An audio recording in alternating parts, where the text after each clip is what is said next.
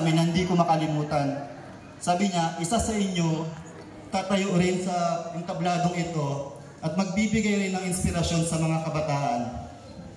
Ngayon, hindi ko naman in-expect na ako pala isa sa sinasabi niya yun. Hindi rin siya nagkamali na sinabi na andito ako ngayon, nakatayo sa harapan ninyo. At ngayon naman, ako naman magsasabi sa inyo na balang araw, isa po sa inyo, tatayo rin dito sa entabladong to at magbibigay din ng inspirasyon sa susunod na henerasyon. Malay po natin isa sa inyo maging presidente ng Pilipinas or maging principal ng school na ito. Hindi natin alam kung anong mangyayari.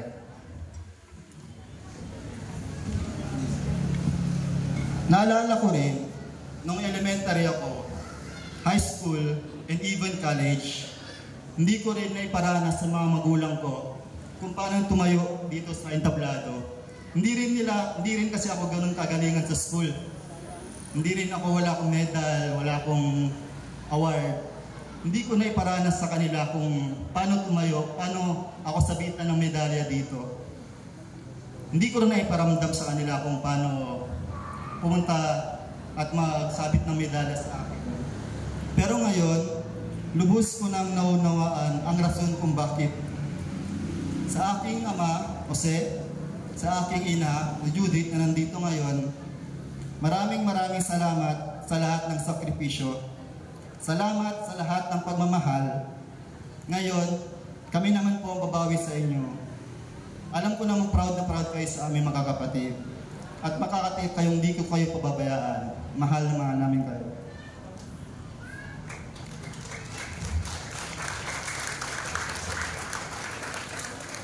Nais ko lamang ding magbahagi ng buhay ko noong elementary ako. Ako'y lubos na nagagalak sapagkat nakita kong muli ang ilan sa aking mga guro nung ako'y nag-aaral pa lamang.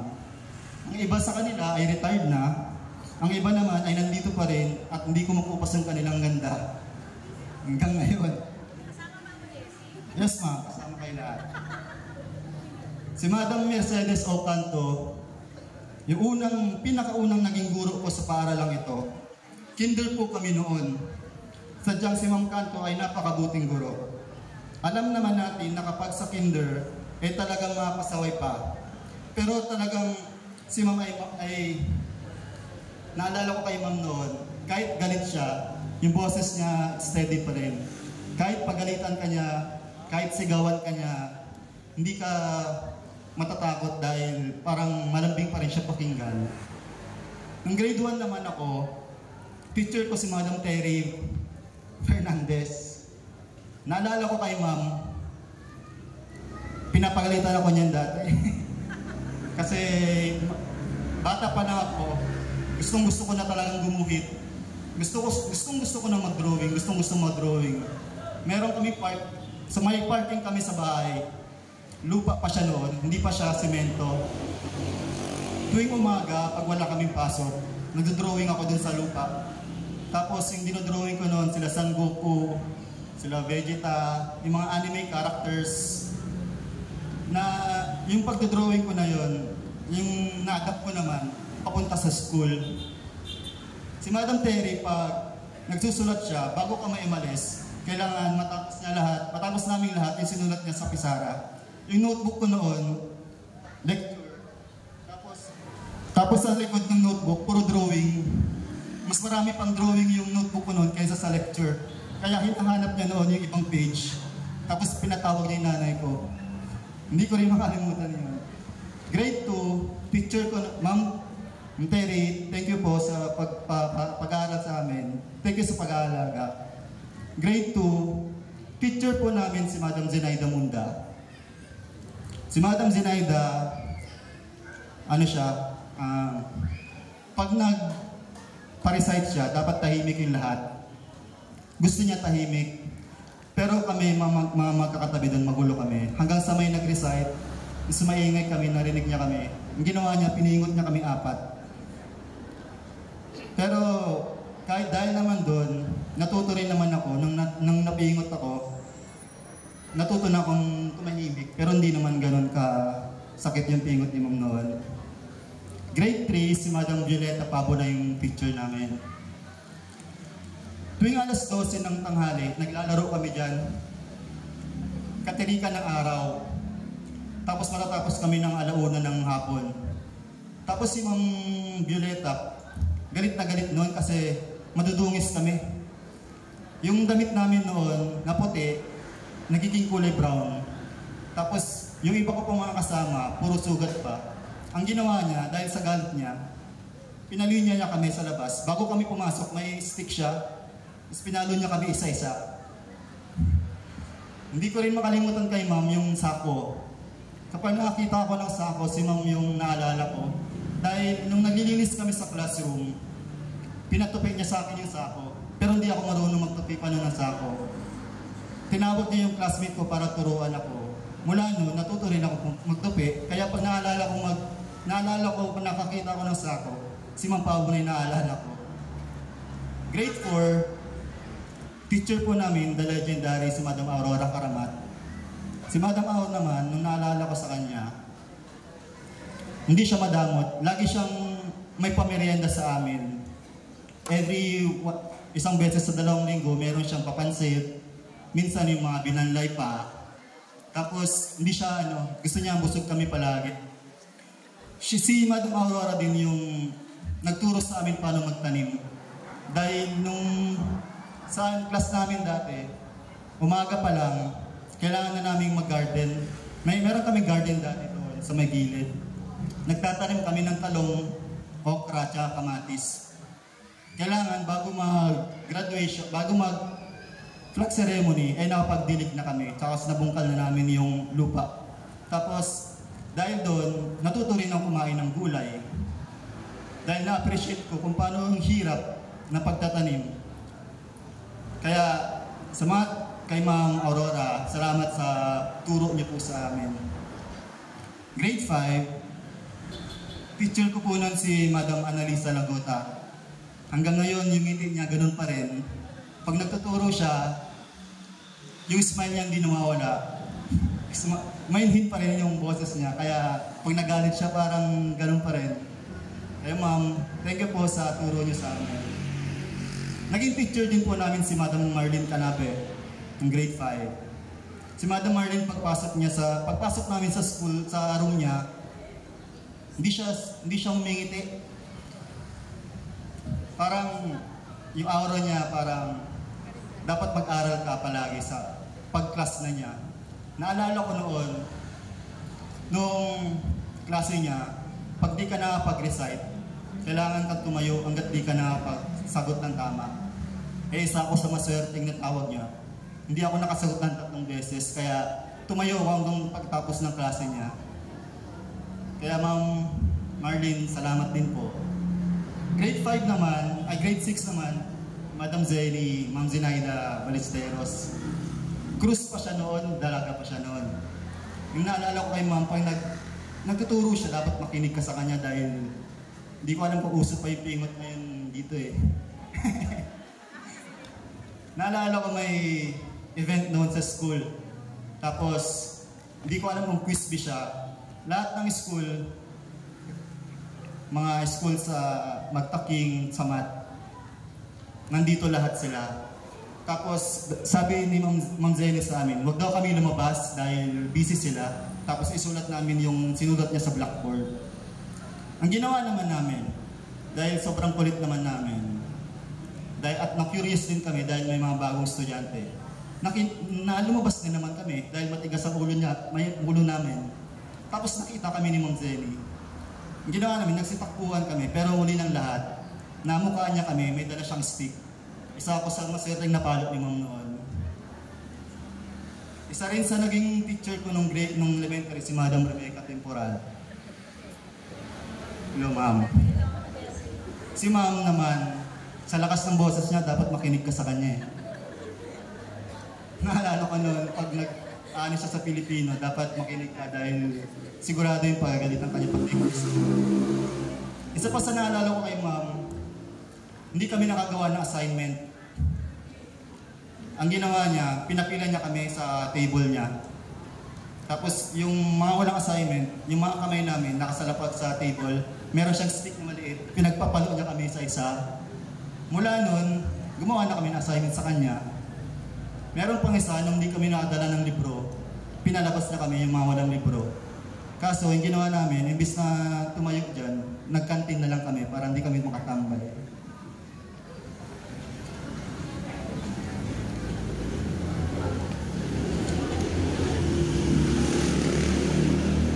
Noon, di pa uso ang corporal punishment. Laki po ako sa palo. Mula sa mga magulang at sa mga naging teachers. Ngunit, dahil sa kanila, nagkaroon ako ng disiplina na hanggang ngayon ay baon-baon ko. Palo ang nagbigay ng positibong epekto sa aking pag-aaral. Sa mga magsisipagtapos, ngayon sa elementarya, napakarami pang suliranin ng inyong kakaharapin. Mula grade 7 hanggang sa kayo umabot sa kolehiyo. Pero lagi niyong tatandaan na malayo pa kayo, pero malayo na ang narating ninyo. Nung ako naman ay tumuntong sa high school, napag-desisyon na ng aking mga magulang na pag-aralin ako sa Catholic school. Ako'y nag-aral at nagtaktos ng sekundarya sa St. Andrew Catholic School. At dahil matigas din ang ulo namin, sa mga magkakapatid, ako lang yung nag-Catholic school. And thank God naman, nakatapos ako ng 2010. Dahil doon, natuto rin ako magdasal, mag-serve sa simbahan, at mag-serve sa Panginoon. Mga graduates, parents, sino pong may 100 sa inyo? Sino pong may 100 piso sa inyo? Sino po? Meron ako ditong piso. Sinong gustong willing magpalit ng 100 sa piso?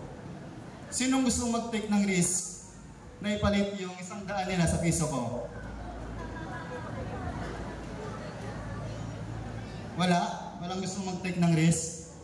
Walang gustong sumugal? Sino po? Dito po.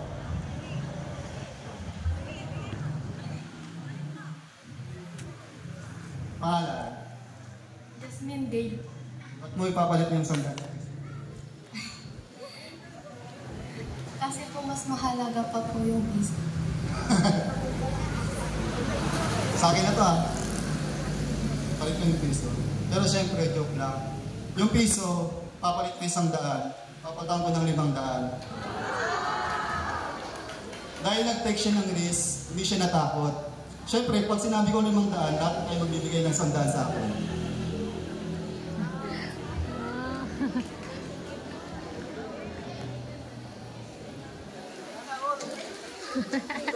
Alam niyo po, sa ating buhay, tayo po mismo ang gagawa ng ating sariling kapalaran. Tayo po ang magdidikta sa kung anong gusto nating marating sa buhay. Syempre, di mawawala yung pamilya na siyang ating magiging gabay patungo sa ating pangarap. Upang makamit ang pangarap na iyon, we need to take some risks gaya ng ginawa niya. Dahil pag sinabi kong 500, papalit sa 100, syempre lahat kayo bibigay sa akin. Upang makamit ang pangarap na iyon, kailangan natin magtiwala sa sarili. Kailangan nating sumugal. Hindi yung sugal na weteng yung sugal na mag-take ng out of comfort zone natin. Explore yung sarili natin at maniwala sa ating sarili. Yung pag-take ng risk, naalala ko, pwede ko po ito i-compare nung kumuha ko sa kolehiyo ng course, nag-aral ako ng kolehiyo. Nung kolehiyo ako, nagpaaral po sa akin kuya ko. Dahil magsasabay po kami ng kolehiyo ng kapatid ko, mahirapan yung magulang ko nang mapag-aralin kami. Kaya nagpapasalamat din ako kay kuya dahil nagpursige rin siyang pag-aralin ako. Pero yung unang gusto nilang kurso sa akin is IT. Information Technology po yung unang kurso ko. Pero sa puso ko, hindi ko talaga siya gusto, pero wala din ako nagawa. Nag-take ako ng 1 taon ng Information Technology. Tapos, habang nag-aaral ako, hindi ako masaya. Hindi ko po siya passion. Sa tuwing nakakita ako ng estudyante, ng architecture student, naiingit ako. Naiingit ako pag nakakita ako ng ruler na mahaba, na may iba't ibang kulay. Sabi ko, kaya ko rin naman to. Kaya ko rin naman makipag-compete sa kanila. Pero, nag-IT ako. Hanggang sa natapos yung isang taon ng IT. Pesta ng pulong noon, summer vacation. Kinausap ko yung mga magulang ko, umuwi ako dito sa Pangasinan. Kinausap ko sila, kasama ko sila, papa ko, mami, si kuya. Nakapalibot sila sa akin, umiiyak ako sa kanila. Sabi ko, hindi ko talaga gusto yung kursong to. Gusto ko talaga mag-shift ng architecture. Gusto kong maging arkitekto. Tapos, syempre, yung unang expression nila sa akin, nagalit sila kasi yung architecture is 5 years. Yung IT is 4 years. Bali 3 taon na lang gagraduate na sana ako ng college. Pero sabi ko, gusto ko rin patunayan yung sarili ko. Kesa naman sa habang buhay naman ako magsisi na hindi ko kinuha yung kursong to. Pinatunayan ko yung sarili ko, nag-aaral naman ako mabuti. Hindi naman siya naging madali. Maraming mga struggles, maraming mga problema, marami ring mga tagumpay. Pero sa huli, pumayag din naman silang pag-aralin ako ng architecture. And sinuklian ko naman yun, tinapos ko rin naman yun. Dahil na rin sa suporta nila.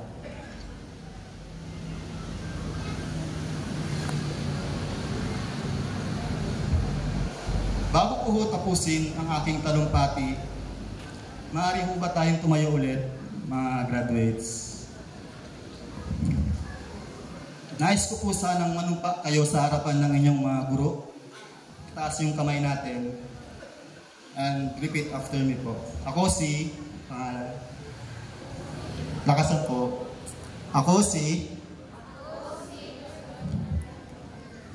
ay nangangako na kahit ako'y matapos na ng elementarya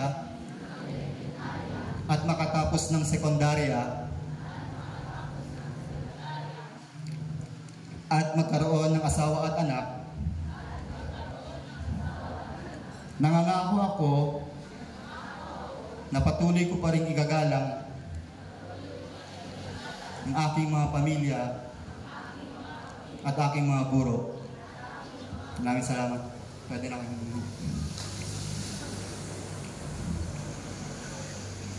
Muli, binabati ko kayong lahat na isang maligayang araw ng pagtatapos. Ganon din ang inyong mga pamilya.